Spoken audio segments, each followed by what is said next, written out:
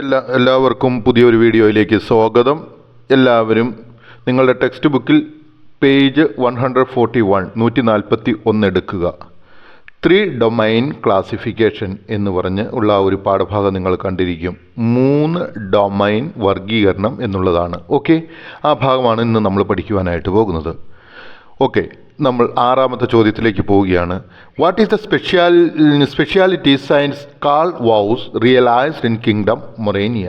നമ്മളോട് ഇവിടെ ചോദിച്ചിരിക്കുന്നത് എന്തെല്ലാം പ്രത്യേകതകളാണ് കാൾ വൗസ് എന്ന ശാസ്ത്രജ്ഞൻ കിങ്ഡം മൊനീറിയയിൽ ഉൾപ്പെടുന്ന ജീവികളിൽ കണ്ടെത്തിയത് എന്നുള്ളതാണ് നമ്മളോടുള്ള ചോദ്യം. Okay, what is the specialities, എന്തെല്ലാം പ്രത്യേകതകളാണ് സയൻറ്റിസ്റ്റ് കാൾ വൗസ്, അതായത് കാൾ വൗസ് എന്ന ശാസ്ത്രജ്ഞൻ റിയലൈസ്ഡ് തിരിച്ചറിഞ്ഞത് ഇൻ ദ കിങ്ഡം മൊനീറിയയിൽ അദ്ദേഹം തിരിച്ചറിഞ്ഞ പ്രത്യേകതകൾ എന്തെല്ലാമാണ്? ഓക്കെ, സയൻറ്റിസ്റ്റ് കാൾ വൗസ്, അത് കഴിഞ്ഞ് നമ്മൾ നോക്കുക. അപ്പോൾ ശാസ്ത്രജ്ഞനായ കാൾ വൗസ് ഇവിടെ 1928 മുതൽ 2012 വരെ എന്ന് എഴുതിയിരിക്കുന്നത് എന്താണെന്ന് ചോദിച്ചാൽ അദ്ദേഹം ജനിച്ച വർഷമാണ് 1928, 2012 എന്നുള്ളത് അദ്ദേഹം മരിച്ച വർഷമാണ്. ഓക്കെ, ഇത് ബയോളജിയുടെ ഒരു അറിവിന് വേണ്ടിയിട്ടല്ല, ജനറൽ ആയിട്ടുള്ള ഒരു അറിവിന് വേണ്ടിയിട്ട് പറയുകയാണ്. ഓക്കെ, അപ്പം സയൻറ്റിസ്റ്റ് കാൾ വൗസ്, അതായത് ശാസ്ത്രജ്ഞനായ Carl Woese studied more about the organisms that belongs to kingdom Monera. അദ്ദേഹം എന്ത് ചെയ്തു?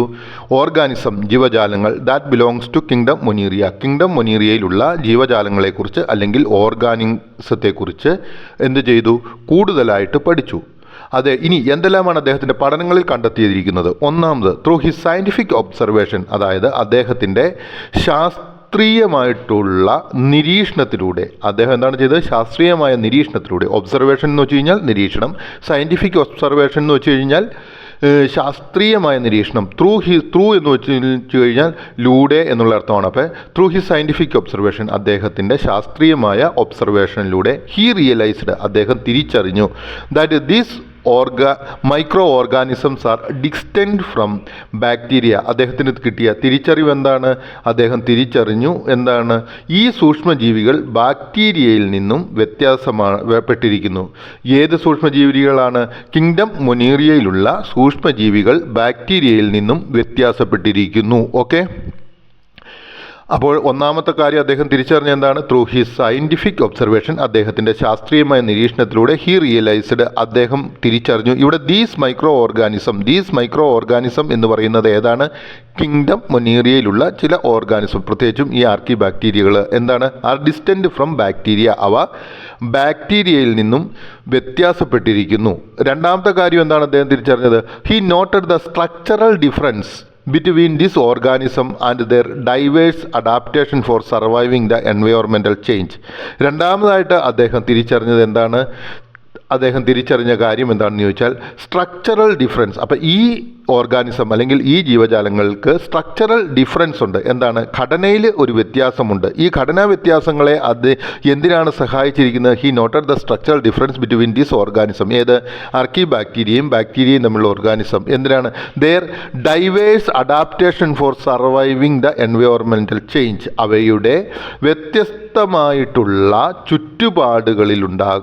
ചുറ്റുപാടുകളോടും മാറ്റങ്ങളെയും അതിജീവിക്കുവാനായിട്ട് അവയ്ക്ക് ലഭിക്കുന്ന ആ അനുകൂല ഘടകങ്ങളെയും അദ്ദേഹത്തിന് തിരിച്ചറിയുവാനായിട്ട് സാധിച്ചു. അപ്പം രണ്ടാമതായിട്ട് അദ്ദേഹം കണ്ടെത്തിയ കാര്യം എന്താണ്? Structural difference. അതിനൊരു സ്ട്രക്ചറൽ ഡിഫറൻസ്, അവയുടെ ഘടനയിൽ വ്യത്യാസമുണ്ട്. ഈ ഘടനയിലുള്ള വ്യത്യാസം കൊണ്ട് അദ്ദേഹം കണ്ടെത്തിയ കാര്യം എന്താണ്? വ്യത്യസ്തങ്ങളായിട്ടുള്ള അല്ലെങ്കിൽ വളരെ പ്രയാസകരമായിട്ടുള്ള ആ ചുറ്റുപാടുകൾക്ക് അവയെ അതിജീവിക്കുവാനായിട്ടും അവയ്ക്ക് സാധിച്ചു. മൂന്നാമതായിട്ട് അദ്ദേഹം കണ്ടെത്തിയ കാര്യം എന്താണ്? He identified that the genetic materials of such organisms were different from bacteria. മൂന്നാമതായിട്ട് അദ്ദേഹം കണ്ടെത്തിയിരിക്കുന്ന കാര്യം എന്താണെന്ന് നമുക്കറിയാം. അദ്ദേഹത്തിന് ശ്രദ്ധിക്കുവാനായിട്ട് സാധിച്ചു ഇത്തരം ജീവജാലങ്ങളിൽ, ഈ ആർക്കി ബാക്ടീരിയകളിലെ ജനിതക വസ്തുക്കൾ, ജനറ്റിക് മെറ്റീരിയൽ ബാക്ടീരിയയിൽ നിന്നും വ്യത്യസ്തമാണ്. അതായത് ഡിഫേഴ്സ് ഫ്രം ബാക്ടീരിയ, അതായത് ബാക്ടീരിയയിൽ നിന്നും വ്യത്യസ്തമായ ജനിതക വസ്തുക്കളോട് കൂടിയാണ് ഈ ജീവജാലങ്ങൾ ഉള്ളത് എന്നുള്ള കാര്യവും അദ്ദേഹം തിരിച്ചറിഞ്ഞു. അപ്പം എന്താണ് സയൻറ്റിസ്റ്റ് കാൾ വോസ് റിയലൈസ്ഡ്, അല്ലെങ്കിൽ അദ്ദേഹം തിരിച്ചറിഞ്ഞ് ഒന്നാമത് he realised these micro organisms are distant from bacteria, അതായത് ഈ ആർക്കി ബാക്ടീരിയാസ് എന്താണ് ബാക്ടീരിയയിൽ നിന്നും വ്യത്യസ്തപ്പെട്ടിരിക്കുന്നു എന്ന് തിരിച്ചറിഞ്ഞു. രണ്ടാമതായിട്ട് അവയുടെ ഘടനയിലുള്ള വ്യത്യാസമുണ്ട്. ഈ സ്ട്രക്ചറൽ ഡിഫറൻസ് എന്ത് ചെയ്യുന്നു, അവയെ സഹായിക്കുന്നുണ്ട്. എന്തിനാണ്?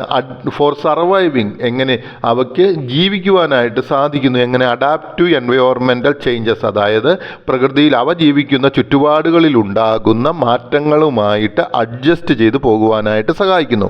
മൂന്നാമതായിട്ട് അദ്ദേഹം എന്താണ് ചെയ്തത്? He identified that the genetic materials of such organisms were different from that of bacteria. അദ്ദേഹം മൂന്നാമതായിട്ട് തിരിച്ചറിയ കാര്യം എന്താണ്? ഈ ജീവജാലങ്ങളുടെ ശാസ്ത്രപരമായ പദാർത്ഥങ്ങൾ മറ്റുള്ള ജീവജാലങ്ങളിൽ നിന്നും അല്പം വ്യത്യാസപ്പെട്ടിരിക്കുന്നു എന്നുള്ളതും അദ്ദേഹം തിരിച്ചറിഞ്ഞു. ഇനി ഏഴാമത്തെ ചോദ്യം, how scientist Carl Woese classified kingdom Monera. നമ്മളോട് ചോദിച്ചിരിക്കുന്ന ഒരു ചോദ്യം ഇങ്ങനെയാണ്: എങ്ങനെയാണ് സയൻറ്റിസ്റ്റ് കാൾ വോസ് കിങ്ഡം മുനീറയെ തരം തിരിച്ചിരിക്കുന്നത് എന്നാണ് നമ്മളോട് ചോദിച്ചിരിക്കുന്നത്. കിങ്ഡം മൊനീറിയെ അദ്ദേഹം എങ്ങനെയാണ് തരം തിരിച്ചിരിക്കുന്നത് എന്നുള്ള ചോദ്യം നമുക്ക് ആദ്യമായിട്ട് തന്നെ പറയാം. ഇങ്ങനെ ഉത്തരം പറയാം: scientist Carl Woese classified kingdom Monera into 2. ആദ്യം തന്നെ അദ്ദേഹം ചെയ്തത് എന്താണ്? കിങ്ഡം മൊനീറിയെ രണ്ടായിട്ട് തരം തിരിച്ചു. ഏതെല്ലാമാണത്? ഒന്ന് ബാക്ടീരിയ എന്നും രണ്ടാമത്തത് ആർക്കിയ എന്നുമാണ് അദ്ദേഹം തരംതിരിച്ചത്. അതിനുശേഷം അദ്ദേഹം എന്ത് ചെയ്തു? Then he added another classification call domain above the kingdom. അതിനുശേഷം അദ്ദേഹം ക്ലാസിഫിക്കേഷനിൽ ആഡ് ചെയ്തിരിക്കുന്നവയാണ് ഏതാണ്? ഈ ഡൊമൈൻ എന്ന വർഗീകരണ തലത്തിൽ ഒരു ഇതുകൂടി, അതായത് കിങ്ഡത്തിന് മുകളിലായിട്ട് ഒരു ഗ്രൂപ്പിനെയും കൂടി അദ്ദേഹം ആഡ് ചെയ്യുകയും ചെയ്തു. ഓക്കെ, അപ്പം നമ്മൾ മനസ്സിലാക്കുക, സയൻറ്റിസ്റ്റ് കാൾ വോസ് എങ്ങനെയാണ് ജീവജാലങ്ങളെ വർഗീകരിച്ചത്? ഒന്ന് ബാക്ടീരിയ, രണ്ട് ആർക്കിയ, മൂന്ന് ഡൊമൈൻ എബവ് ദ കിങ്ഡം എന്ന രീതിയിലാണ് അദ്ദേഹം ഈ ജീവജാലങ്ങളെ എന്ത് ചെയ്തിരിക്കുന്നത്? വർഗീകരിച്ചിരിക്കുന്നത് അല്ലെങ്കിൽ ക്ലാസിഫൈ ചെയ്തിരിക്കുന്നത്. I hope that question answer you understood. Now we are going to the 8th question. Question number 8. How can we organize organisms belongs to all 6 kingdom? നമ്മളോട് ചോദിച്ചിരിക്കുന്നത് എങ്ങനെ നമുക്ക് ജീവജാലങ്ങൾ, അതായത് 6 കിങ്ഡത്തിലുള്ള അല്ലെങ്കിൽ 6 വർഗത്തിലുള്ള അല്ലെങ്കിൽ 6 ഗ്രൂപ്പുകളായിട്ട് തിരിച്ചിരിക്കുന്ന 6 കൂട്ടങ്ങളായിട്ട് തിരിച്ചിരിക്കുന്ന ഈ ജീവജാലങ്ങളെ എങ്ങനെ നമുക്ക് ഓർഗനൈസ് ചെയ്യാമെന്നാണ് ചോദിച്ചിരിക്കുന്നത്. ഈ ഓർഗനൈസ് ചെയ്തിരിക്കുന്നതിൻ്റെ പിക്ചർ നമുക്ക് കാണുവാനായിട്ട് സാധിക്കും ഓൺ പേജ് നമ്പർ 141. ഓക്കെ, ഒന്നാമതായിട്ട് അവിടെ തന്നിരിക്കുന്ന ഏതാണ്? ഒന്ന് ബാക്ടീരിയ, രണ്ട് ആർക്കിയ, മൂന്ന് യുക്കാരിയ എന്ന് പറയുന്ന 3 ഗ്രൂപ്പുകളായിട്ടാണ് നമുക്ക് തരംതിരിക്കുവാനായിട്ട് സാധിക്കുന്നത്. Okay, the organism belongs to all 6 kingdoms were organised in to 3 domains. അതായത് നമ്മൾ എങ്ങനെയാണ് ചെയ്തിരിക്കുന്നത്? ഓർഗാനിസംസ് ബിലോങ്സ് ടു ജീവജാലങ്ങൾ ബിലോങ്സ് ടു ബന്ധപ്പെട്ടിരിക്കുന്നു ഓൾ 6 കിങ്ഡം, ഈ 6 കിങ്ഡങ്ങളോടും ബന്ധപ്പെട്ടിരിക്കുന്ന ഓർഗാനിസങ്ങളെ വെർ ഓർഗനൈസ്ഡ്, അവയെ അറേഞ്ച് ചെയ്തിരിക്കുന്നു ഇൻടു 3 ഡൊമൈൻസ്, അവയെ 3 ഡൊമൈൻസിലേക്കാണ് അറേഞ്ച് ചെയ്തിരിക്കുന്നത്. The 3 domains are named as. ഈ 3 ഡൊമൈനുകളെ അല്ലെങ്കിൽ ഈ 3 വർഗ്ഗങ്ങളെ എങ്ങനെയാണ് പേര് നൽകപ്പെട്ടിരിക്കുന്നത്? ഒന്നാമതായിട്ട് പേര് നൽകപ്പെട്ടിരിക്കുന്നത് ഡൊമൈൻ ബാക്ടീരിയ, അതായത് ഒന്നാമതായിട്ട് തന്നിരിക്കുന്നതിനെ ഡൊമൈൻ ബാക്ടീരിയ എന്ന് പറയുന്നു. രണ്ടാമതായിട്ട് തന്നിരിക്കുന്നതിനെ എന്ത് വിളിക്കുന്നു? ഡൊമൈൻ ആർക്കിയ എന്ന് വിളിക്കുന്നു.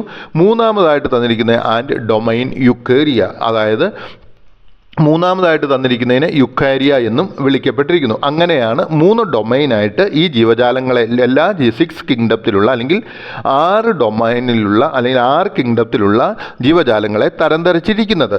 ഇനി നമ്മളോട് പറഞ്ഞിരിക്കുന്നത് എന്താണെന്ന് ചോദിച്ചാൽ 141 പേജിൻ്റെ ലാസ്റ്റ് ഭാഗത്തായിട്ട് 140 പേജിൽ, അതായത് ഓൺ പേജ് നമ്പർ 140, ആ 140 നമ്മളോട് ഇങ്ങനെ പറഞ്ഞിട്ടുണ്ട്: analyse the description and illustration 6.1 based on the indicators prepare note. നമ്മളോട് ഇവിടെ പറഞ്ഞിരിക്കുന്നത് എന്താണെന്ന് ചോദിച്ചു കഴിഞ്ഞാൽ ഓക്കെ, ചുവടെ നൽകിയിരിക്കുന്ന ഈ ചിത്രീകരണം 6.1, അതായത് ആ ഇലിസ്ട്രേഷൻ 6.1 നൽകിയിരിക്കുന്ന ചിത്രീകരണത്തിൻ്റെ അടിസ്ഥാനമാക്കി അല്ലെങ്കിൽ അവ നൽകിയിരിക്കുന്ന സൂചകങ്ങളെ അടിസ്ഥാനമാക്കി അവയെ വിശകലനം ചെയ്തുകൊണ്ട് നമ്മളോട് പറഞ്ഞിരിക്കുന്നത് എന്താണ്? പ്രിപ്പയർ നോട്ട്, അതായത് നമ്മളോടൊരു കുറിപ്പ് തയ്യാറാക്കുക എന്നാണ് പറഞ്ഞിരിക്കുന്നത്. ചെയ്യുന്നത്. So that we will do in the next class.